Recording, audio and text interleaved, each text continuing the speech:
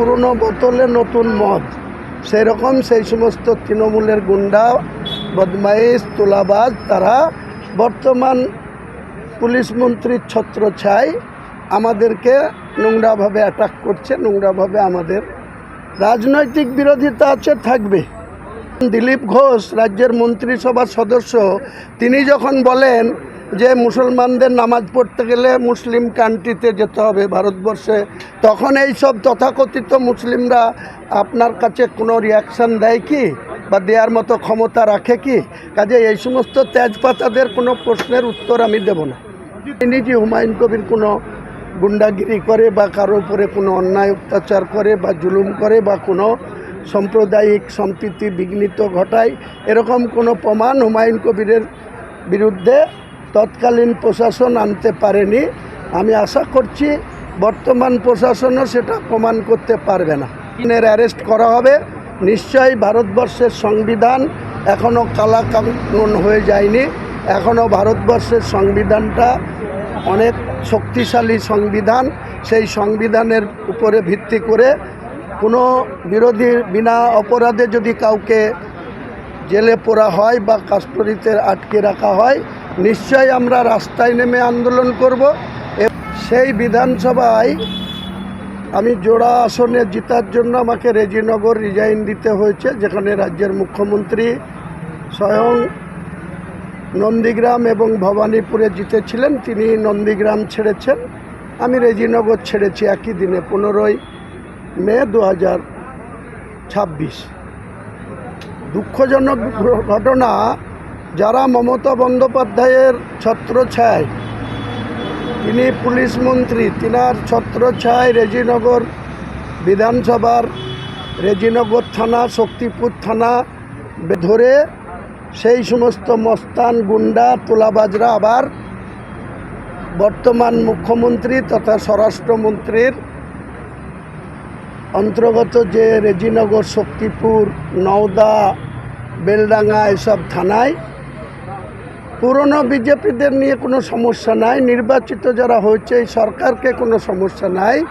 কিন্তু আমরা যে লড়াইটা তৃণমূলকে হারানোর জন্য, তৃণমূলকে গদিচ্যুত করার জন্য যে লড়াইটা গত ডিসেম্বর থেকে 2026-এর এপ্রিল মাসে 29 এপ্রিল পর্যন্ত যাদের বিরুদ্ধে লড়াই করেছিলাম, আজকে আমাদেরকে তাদেরকে আবার ফেস করতে হচ্ছে। তারাই আবার বর্তমান পুলিশ মন্ত্রীর অধীনে যে সমস্ত থানাগুলো আছে, নওদা, রেজিনগর, বেলডাঙ্গা, শক্তিপুর, এই থানায় সেই সমস্ত মস্তানরাই, যেটাকে বলা যায় পুরনো বোতলে নতুন মদ, সেরকম সেই সমস্ত তৃণমূলের গুন্ডা বদমাইশ তোলাবাজ তারা বর্তমান পুলিশ মন্ত্রীর ছত্রছায়ায় আমাদেরকে নোংরাভাবে অ্যাটাক করছে, নোংরাভাবে আমাদের রাজনৈতিক বিরোধিতা আছে, থাকবে।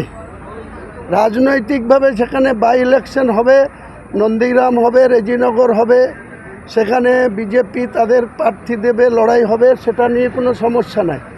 কিন্তু যে সমস্ত গুন্ডারা মমতা ব্যানার্জির ছত্রছায়ায় থেকে আমাদেরকে আক্রমণ করত, আমাদের সঙ্গে নোংরামি করত, তারাই আজকে শুভেন্দুবাবুর ছত্রছায়ার পুলিশের আশ্রয়। আগে আসতো তাহলে কি ফরাক্কা, মোথাবাড়ি, বেলডাঙ্গা, শামসেরগঞ্জের যে বিপুল পরিমাণে সরকারি সম্পত্তি নষ্ট হলো, সেইটা রোখা যেত? আপনার কি মনে হয়? যে ঘটনা মোথাবাড়িতে ঘটেছে, যে ঘটনা ওই অরঙ্গবাদে বা শামসেরগঞ্জে ঘটেছে, বেলডাঙ্গাতে ঘটেছে, এই ঘটনার জন্য সরাসরি তৎকালীন সরকারের প্রশাসন দায়ী। তাদের জনপ্রতিনিধি যারা এমপি এমএলএ ছিল তারাই দায়ী। তারা যদি না চাইতো কোনো দিনই এই ধরনের ঘটনা ঘটতো না। আমরা সেই সময়তেও বিবৃতি দিয়ে বলেছি, আপনারা পিছনের দিনে মোথাবাড়ির ঘটনা বা শামসেরগঞ্জের ঘটনা বা বেলডাঙ্গার ঘটনা, বেলডাঙ্গায় যেদিন এই ঘটনা ঘটলো, আমি নিজে 17 তারিখে কলকাতায় ছিলাম, যেদিন 7 ঘন্টা রাস্তা অবরোধ হলো, NH অবরোধ হলো, তার নিন্দা করেছি। এবং পরের দিন যখন আবার 16 তারিখে শুক্রবারে 7 ঘন্টা রাস্তা অবরোধ হয়েছিল, 17 তারিখে আমার ডোমকলে মিটিং ছিল আর অভিষেকের মিটিং ছিল বহরমপুরে। আমরা যখন রাস্তা দিয়ে 21টা গাড়ির কনভয় নিয়ে যাচ্ছিলাম, তখন ইচ্ছাকৃতভাবে সেখানকার পুলিশ প্রশাসন, সেখানকার আইসি বেলডাঙ্গা এবং সেখানকার উচ্ছৃঙ্খল তৃণমূলের কর্মীরা আমাদেরও পথ আটকিয়েছিল, আমাদেরকেও মিটিংয়ে না যেতে দেওয়ার পরিকল্পনা করেছিল। আমরা সেখানে নিজে নেমে সেই অবরোধ সরিয়ে আমরা সেখানে দমকল গিয়েছিলাম, কিন্তু পরবর্তীকালে দেখলাম যে তারা আবার উচ্ছৃঙ্খলতা করলো এবং একই দিনে 30 জনকে গ্রেপ্তার হতে হয়েছিল। পরে আরও 6 জন, টোটাল 36 জন। পরে সেই মামলাকে বেলডাঙ্গা পিএস থেকে এনআইএকে ট্রান্সফার করা হলো। আইনের পথে চলবে, যে কোনো অপরাধমূলক কাজের সঙ্গে যারা যুক্ত থাকবে তাদের আইনগতভাবে কড়া শাস্তি দেওয়া হোক, আমার তাতে কোনো আপত্তি নেই। এই অভিন্ন দেওয়ানি বিল যেটা আসতে চলেছে, এটা আলোচনা চলছে, পরে আসবে, এটাকে কিভাবে দেখছেন? বিজনেস অ্যাডভাইজারি কমিটি গত 25 তারিখে হয়েছিল, আমি ছিলাম না। আজকেও আবার বিজনেস অ্যাডভাইজারি কমিটির মিটিং কল করা হয়েছে। আমিও বিজনেস অ্যাডভাইজারি কমিটির একজন সদস্য। স্পিকার সাহেবের কাছে আমাদের যখন মিটিংয়ে যাব কি আলোচনা হচ্ছে পরে রয়েছে। ওনারা যেটা বলছে যে আমি নাকি মুখ্যমন্ত্রীকে চ্যালেঞ্জ করেছি, এটা সম্পূর্ণই মিথ্যা কথা। আমি মুখ্যমন্ত্রীকে কোড করেছি, কারণ 18 তারিখে যখন এই বাজেট সেশন শুরু হয়, মাননীয় গভর্নর যখন বক্তব্য রাখে তার আগে উনি মালদাতে প্রশাসনিক মিটিংয়ে গেছিলেন। সেখানে মুর্শিদাবাদের বিধায়কদের সময় কম ছিল, কারণ ওনার বিমান ধরার ব্যাপার ছিল, ওনার হেলিকপ্টার ধরার ব্যাপার ছিল। তাই তিনি বলেছিলেন 18 তারিখে মাননীয় গভর্নরের ভাষণের পর আমাদের মুর্শিদাবাদের সব বিধায়কদের, কি বিজেপি, কি সিপিএম, কি কংগ্রেস, কি এসইউপি, সবাইকে নিয়ে বসবেন বলেছিলেন। সেটা বসেও ছিলেন। সেখানে আমি বলেছিলাম যে আপনার সরকার মানুষের রায়ে আপনি মুখ্যমন্ত্রী হয়েছেন, এ নিয়ে আমাদের কোনো সমস্যা নেই, আগামী দিনেও থাকবে না। কিন্তু সমস্যা মুর্শিদাবাদে, যেখানে জিরো টলারেটের সরকার তিনি দাবি করছেন, যেখানে উত্তর 24 পরগনার ডায়মন্ড হাবড়া, পশ্চিম মেদিনীপুর, পূর্ব মেদিনীপুর, 2 বর্ধমান, নদিয়া পর্যন্ত জিরো টলারেট চলছে।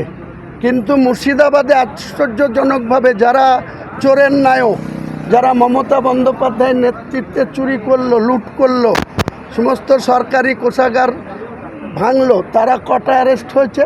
তারা আজকে 8 আর 8 মিলে গিয়ে 16 হয়ে গেছে।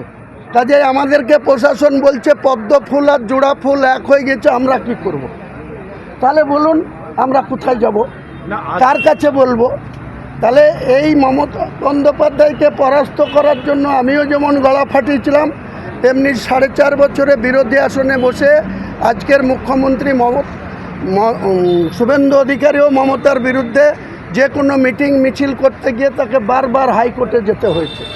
আজকে আমরা আশ্চর্যজনকভাবে মুর্শিদাবাদে সেই জিরো টলারেটের কোনো নমুনা আমরা দেখতে পাচ্ছি না। সেখানে গিয়ে থমকে গিয়েছে।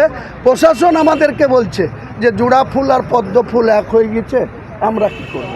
তাহলে সেটা নিশ্চয়ই মুখ্যমন্ত্রী যদি আমার কোনো অন্যায় দেখে, আমি যদি কোনো মুখ্যমন্ত্রীকে কটু কথা বলে থাকি, আমি নিশ্চয়ই নবাগত বিজেপি যারা 4 মে গণনার 4টের পরে যারা ক্রিমিনাল অ্যাক্টিভিটি, যাদের তৃণমূলের হয়েছিল, যারা তৃণমূলের হয়ে ভোট লুট করব বলেছিল, 2 মাস 3 মাস আগে থেকে হুমকি দিয়েছিল, আমি তাদের উদ্দেশ্যে সাটা ভাঙার কথা বলেছিলাম। তখন এই বিজেপির যারা নবাগত বিধায়ক, তাদের খুব ভালো লেগেছিল। তারা বলেছিল আপনার ডায়লগটের উপরে আমরা অনেক শক্তি পেয়েছি, তাই আমরা আজকে এখানে 208 নিয়ে আসতে পেরেছি। আজকে আমি যখন সেই নবাগত বিজেপি যারা তৃণমূলের ক্রিমিনাল অ্যাক্টিভিটির সঙ্গে যুক্ত, তোলাবাজির সঙ্গে যুক্ত, লুটের সঙ্গে যুক্ত, তারা প্রশাসনের সাপোর্ট পাওয়ার জন্য আজকে আমার সঙ্গে সংঘর্ষে লিপ্ত হচ্ছে। আমি বলেছি এদের পরোয়া করি না, প্রয়োজন হলে আমি আমার আম জনতা উন্নয়ন পার্টির 98% সমর্থক তো মুসলিম। আপনি ক্ষমা চাইবেন? কোনো প্রশ্নই নেই। আমি ক্ষমা চাওয়ানোর মতো কোনো কথা বলিনি, ক্ষমা চাওয়ানোর কোনো প্রশ্নই নেই। আপনার বিরুদ্ধে একদিকে বিধানসভায়, অন্যদিকে আইনত ব্যবস্থা চলছে, মানে এফআইআর হয়েছে আপনার এগেইনস্টে। এফআইআর তো হয়েছে, এফআইআর বহরমপুরে হয়েছে, ইংলিশ বাজারে হয়েছে, শক্তিপুর, রেজিনগরে যে প্রশাসন আছে তারা সমটু কেস করেছে। আইনের পথে চলবে। বিধানসভাতে নিন্দা করা হয়েছে। হ্যাঁ, করতেই পারে, সেটা তারা ক্ষমতায় আছে, তাদের মেজরিটি সদস্য আছে, তারা নিন্দা প্রস্তাব আনতে পারে, আমাকে সাসপেন্ড করতে পারে, স্পিকারের সে অধিকার আছে। যা সিদ্ধান্ত হবে আমি সেটা মাথা পেতে মেনে নেব, কিন্তু আমি কোনো অন্যায় করিনি, আমি কারো কাছে ক্ষমা প্রার্থী হব। আচ্ছা হুমায়ুন দা, আজকে আরেকটা সরকারি সম্পত্তি নষ্ট করলে যারা নষ্ট করবে তাদের সম্পত্তি বাজেয়াপ্ত করে যে একজন মুসলিম আইডেন্টিফাই করা হচ্ছে, আপনি একজন মুসলিম নেতা হিসাবে, মুসলিম বিধায়ক হিসাবে এই ধরনের উস্কানিমূলক বক্তব্য রাখছেন এবং মুসলিম সমাজের একটা অংশ বলছেন যে আপনি এইভাবে যে মুসলিমদের নিয়ে রাস্তায় নামবো বলে মুসলিম সমাজকেই কলঙ্কিত করছেন, মুসলিম সম্প্রদায়ের একটা শ্রেণীও বলছেন। যেসব মুসলিম সমাজের লোকরা আপনাকে বলেছে, তার কাছে আমার প্রশ্ন, যখন দিলীপ ঘোষ রাজ্যের মন্ত্রিসভার সদস্য, তিনি যখন বলেন যে মুসলমানদের নামাজ পড়তে গেলে মুসলিম কান্ট্রিতে যেতে হবে ভারতবর্ষে, তখন এই সব তথাকথিত মুসলিমরা আপনার কাছে কোনো রিয়াকশান দেয় কি, বা দেওয়ার মতো ক্ষমতা রাখে কি? কাজে এই সমস্ত তেজপাতাদের কোনো প্রশ্নের উত্তর আমি দেব না, বুঝতে পারলেন? বিল আসছে, একটা হচ্ছে গুন্ডা দমন বিল আর একটা হচ্ছে অ্যামেন্ডমেন্ট বিল। এই অ্যামেন্ডমেন্ট বিলটা বিগত সরকার করেছিল, সম্পত্তি বাজেয়াপ্ত হবে, এই বিলটা দুটো কিভাবে দেখছেন? নিশ্চয়ই গুন্ডা দমন বিল নিয়ে আমার এখানে কোনো রিয়াকশন বা কোনো বক্তব্য নেই। গুন্ডা যারা করে, গুন্ডাগিরি যারা করে, যারা আইন ভাঙে, যারা আইনকে তোয়াক্কা করে না বা সম্মান করে না, যারা সংবিধান মানে না, তাদের বিরুদ্ধে যত কড়া আইন আসবে, আমি বিরোধী একজন তুচ্ছ সদস্য হিসাবে সরকারের সেই সমস্ত সিদ্ধান্তকে আমি বিরোধিতার নামে বিরোধিতা করব না। সুশাসন রাখতে, সুশাসন বাংলায় চালু রাখতে মুখ্যমন্ত্রী যে পদক্ষেপ নেবে আমি সেই পদক্ষেপকে সমর্থন করব।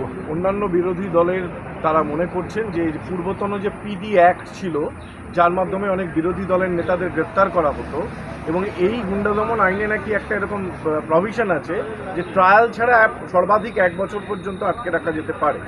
এক্ষেত্রে দাঁড়িয়ে বিরোধী দলের বিরুদ্ধে একটা ভিন্ডিকটিভ আচরণ করতে পারে সরকার। এটা নিয়ে আপনি কি মন্তব্য?